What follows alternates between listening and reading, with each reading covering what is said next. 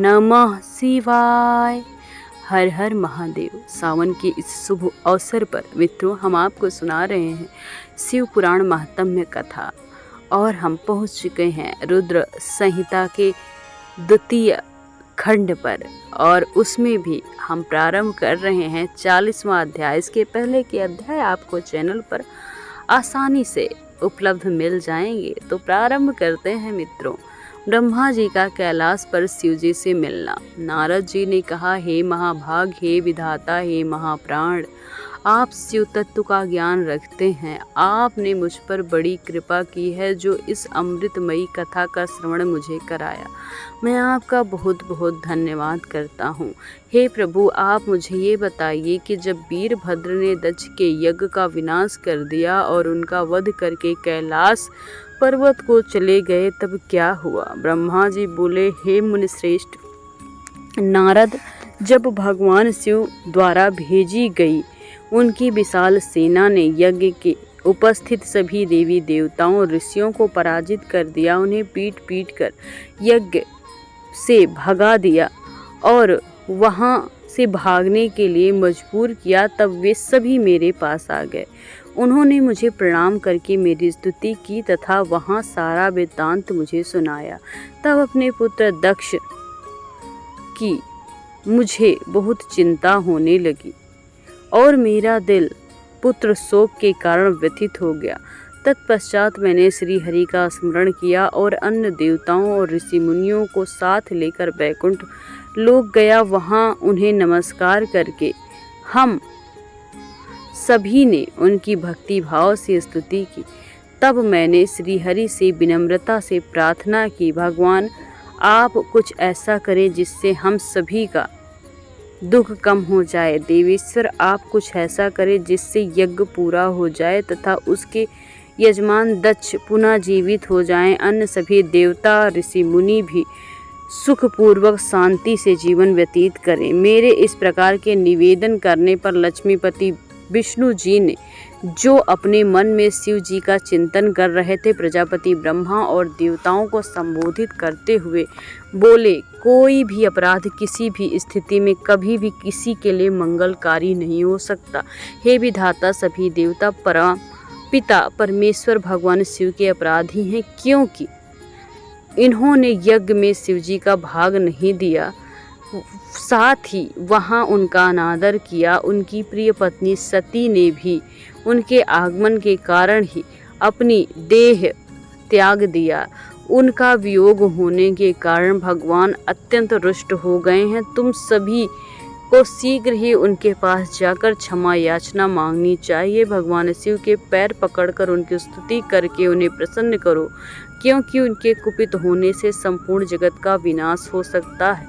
दक्ष ने शिव जी के लिए अपयश कहकर उनके हृदय को विदीर्ण कर दिया है, इसलिए उनसे अपने अपराधों के लिए क्षमा याचना मांगो। उन्हें शांत करना ही सर्वोत्तम उपाय है। वे भक्त वत्सल हैं। यदि आप लोग चाहें तो मैं भी आपके साथ चलने की वहां याचना करूंगा। ऐसा कहकर भगवान श्री हरि और मैं अन्य देवताओं एवं ऋषि मुनि आदि कैलाश पर्वत की ओर चल दिए। वो पर्वत बहुत ऊंचा और विशाल है। उसके पास में शिव जी के मित्र कुबेर का निवास स्थान अलकापुरी है। अलकापुरी महादिव्य एवं रमणीय है। वहाँ चारों ओर सुगंध फैली हुई है। अनेक प्रकार के पेड़ पौधे शोभा पा रहे हैं। उसी के बाहरी भाग में परम पावन नंदा और अलकनंदा नामक पहाड़ी नदियां बहती हैं। इनका दर्शन करने से मनुष्य को सभी पापों से मुक्ति मिलती है। हम लोग अलकापुरी से आगे उस विशाल वटवृक्ष के पास पहुँचे जहाँ दिव्य योगियों द्वारा पूजित भगवान शिव विराजमान थे। वो वटवृक्ष 100 योजन ऊंचा तथा उसकी अनेक शाखाएं 75 योजन तक फैली थी। वो परम पावन तीर्थ स्थल है। यहाँ भगवान शिव अपनी योगाराधना करते हैं। उस वटवृक्ष के नीचे महादेव जी चारों ओर उनके गण थे और यज्ञों के स्वामी कुबेर भी बैठे थे। तब उनके निकट पहुंचकर विष्णु आदि समस्त देवताओं ने अनेक बार उनकी स्तुति की। उस समय शिव ने अपने शरीर पर भस्म लगा रखी थी और कुशासन पर बैठे थे। ज्ञान का उपदेश वहां उपस्थित गणों को दे रहे थे। उन्होंने बाएं हाथ और दाहिनी जांघ पर अपना बायां पैर रखा था और बाएं हाथ को बाएं पैर पर रखा था। उनके दाएं हाथ में रुद्राक्ष की माला थी। भगवान शिव के साक्षात रूप दर्शन कर विष्णु जी और सभी देवताओं ने दोनों हाथ जोड़कर अपने मस्तक को झुकाकर दया सागर परमेश्वर शिव से क्षमा याचना की और कहा, हे प्रभु, आपकी कृपा के बिना हम नष्ट भ्रष्ट हो गए हैं, अतः प्रभु आप हम सबकी रक्षा करें। भगवान, हम आपकी शरण में आए हैं, हम पर अपनी कृपा दृष्टि बनाए रखें। इस प्रकार सभी देवता ऋषि मुनि भगवान शिव का क्रोध कम करने की प्रसन्नता से प्रार्थना करने लगे। 41वां अध्याय, शिव द्वारा दक्ष को जीवित करना। देवताओं ने महादेव जी की स्तुति की, कहा, भगवान आप ही परम ब्रह्म हैं और सर्वत्र जगत के स्वामी हैं। आप मृत्युंजय हैं। चंद्रमा, सूर्य, अग्नि आपकी तीनों आँखें हैं। आपके तेज से पूरा जगत प्रकाशित है। ब्रह्मा, विष्णु, इंद्र, चंद्र आदि देवता आपसे उत्पन्न हुए हैं। आप ही इस संसार के पोषण हैं। भगवान आप करुणामय हैं। आप दुष्टों के संहार करते हैं। प्रभु, आपकी आज्ञा अनुसार अग्नि जलती है और सूर्य अपनी तपन से झुलसता है। मनुष्य आपके भय से कांपते हैं। करुणा निधान, जिस प्रकार आज आपने हमारी हर विपत्ति में रक्षा की है, उस प्रकार हमेशा अपनी कृपा दृष्टि हम पर बनाए रखना। भगवान, हम सभी विपत्तियों गलतियों के लिए आपसे क्षमा मांगते हैं। आप प्रसन्न होकर यज्ञ को पूर्ण कीजिए और देवताओं ऋषियों को आरोग्य प्रदान कीजिए। उन सभी की पीड़ा को कम कर दें। हे शिव जी, आप प्रजापति दक्ष के अपूर्ण यज्ञ को पूर्ण कर दीजिए। दक्ष को पुनर्जीवित कर दीजिए। भृगु ऋषि को उनकी आँखें, पूषा को दांत प्रदान कीजिए। साथ ही जिन देवताओं के अंग नष्ट हो गए हैं उन्हें ठीक कर दीजिए। आप सभी को आरोग्य प्रदान कीजिए। हम आपको यज्ञ में पूरा भाग दें। ऐसा कहकर हम सभी देवता त्रिलोकीनाथ महादेव के चरणों में लेट गए। हमारी स्तुति अनुनय विनय से भक्त वत्सल भगवान शिव प्रसन्न हो गए। शिव जी बोले, हे ब्रह्मा, श्री विष्णु आपकी बातों को हमेशा मानता हूँ, इसलिए आपकी प्रार्थना मैं टाल नहीं सकता, परंतु ये बताना चाहता हूँ कि दक्ष के यज्ञ का विध्वंस मैंने नहीं किया। उसके यज्ञ का विध्वंस इसलिए हुआ क्योंकि वो हमेशा दूसरों का बुरा चाहता था, उससे द्वेष रखता था, परंतु दूसरों का बुरा चाहता था और बुरा होता है, ये सबसे बड़ा सत्य है। क्योंकि जो दूसरे का बुरा चाहेगा उसका बुरा अवश्य होगा। अतः हमें कोई भी ऐसा कार्य नहीं करना चाहिए जिससे किसी को कष्ट हो। तुम्हारी प्रार्थना से मैंने तुम्हें क्षमा कर दिया। तुम्हारी विनती मानकर मैंने दक्ष को जीवित कर रहा हूँ, परंतु दक्ष का मस्तक अग्नि में जल गया है, इसलिए उनके सर के स्थान पर बकरे का सिर जोड़ने जा रहा हूँ। भग सूर्य के नेत्र में यज्ञ को देख पाएंगे या पूषा के टूटे हुए दांत सही हो जाएंगे। मेरे गणों द्वारा मारे गए देवताओं के टूटे हुए अंग भाग ठीक हो जाएंगे। भृगु की दाढ़ी बकरे जैसी हो जाएगी। सभी अर्धवर्यु प्रसन्न हो गए। ये कहकर वेदी के अनुसरणकर्ता परम दयालु भगवान शंकर चुप हो गए। तत्पश्चात मैं और विष्णु जी सहित सभी देवताओं के भगवान शिव धन्यवाद के बाद फिर देवर्षियों सहित शिव जी ने उस यज्ञ में आने के लिए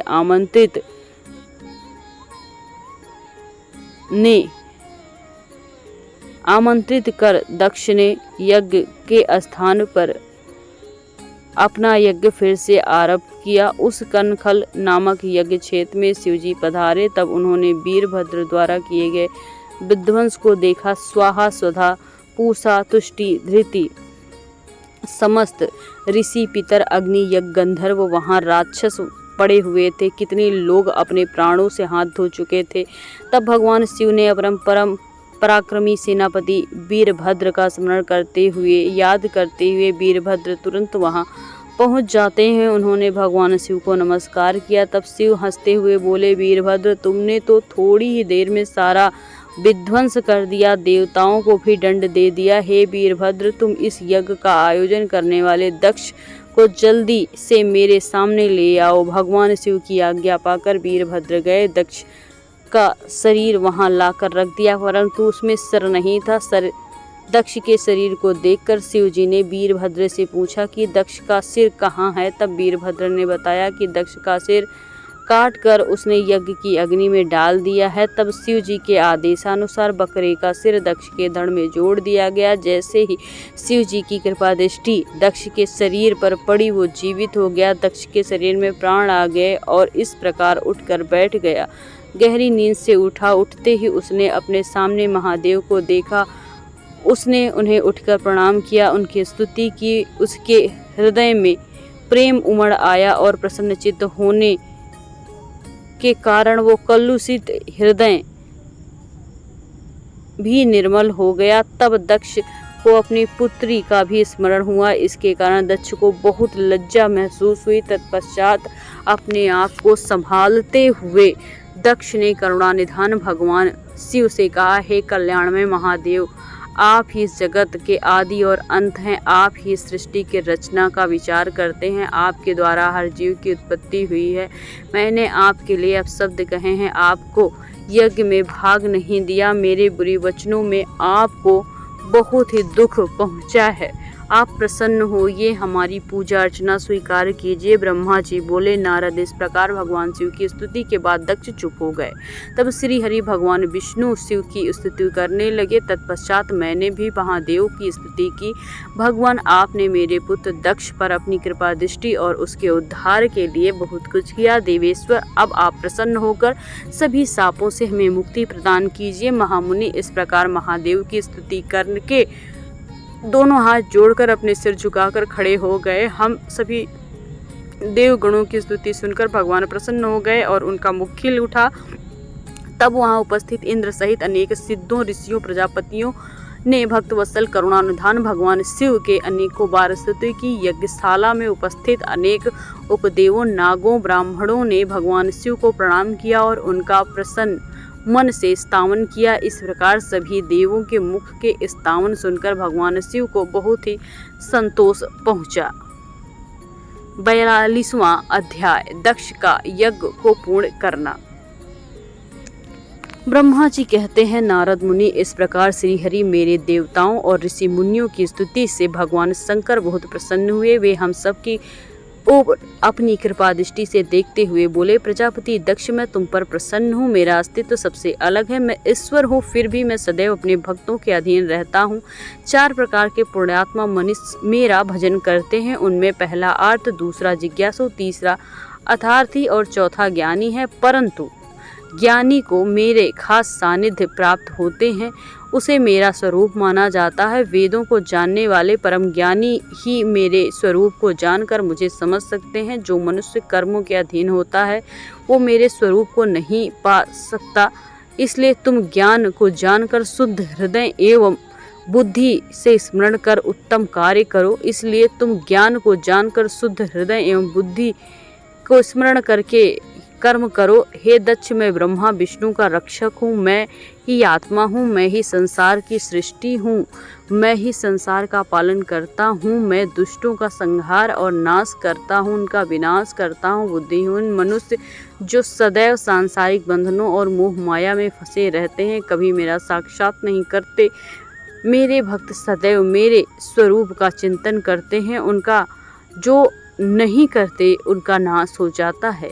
हम तीनों अर्थात ब्रह्मा विष्णु रुद्रदेव एक ही हैं। जो मनुष्य हमें अलग अलग मानकर हमारा एक ही स्वरूप मानता है, उसे सुख, शांति, समृद्धि प्राप्त होती है। परंतु जो अज्ञानी मनुष्य तीनों को अलग अलग मानकर हमें भेदभाव करता है, वो नरक का भागी होता है। ब्रह्मा विष्णु का अपमान करेगा, उसे निश्चय ही मेरे प्रकोप का भागी होना पड़ेगा। भगवान शिव के इन वचनों को सुनकर सभी देवता, ऋषि, मुनि, श्रेष्ठ विद्वान को हर्ष हुआ तथा दक्ष भी प्रभु की आज्ञा मानकर अपने परिवार सहित शिव जी की भक्ति में लीन हो गया।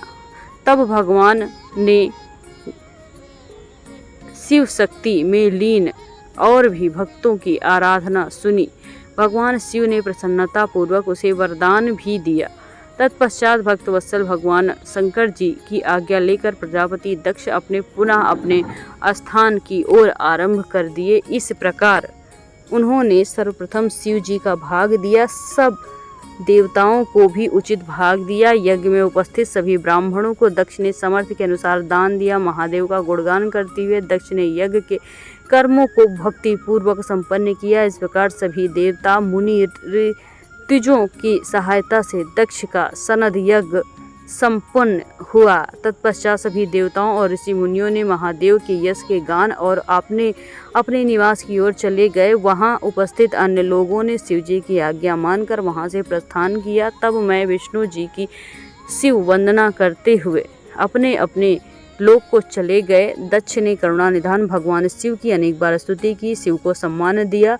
तब वे प्रसन्न होकर अपने गणों के साथ कैलाश चले गए। कैलाश पर्वत पहुंचकर शिव जी ने अपनी प्रिय पत्नी देवी सती को याद किया। महादेव ने वहां उपस्थित गणों से अनेक बात की, वे उनको याद करके व्याकुल हो गए। हे नारद, मैंने तुम्हें परम अद्भुत और दिव्य चरित्र के सती का वर्णन सुनाया। ये कथा भोग मोक्ष प्रदान करती है, उत्तम वृत्तांत की सभी कामना को अवश्य पूरा करती है। इस प्रकार इस चरित्र को पढ़ने सुनने से ज्ञानी मनुष्य पापों से मुक्त होता है, उसे स्वर्ग यश आयु प्राप्त होती है। जो मनुष्य भक्ति भाव से इस कथा को पढ़ता है उसे अपने सभी सत्कर्मों के फल मिल जाते हैं। श्री रुद्र संहिता सती खंड संपूर्ण।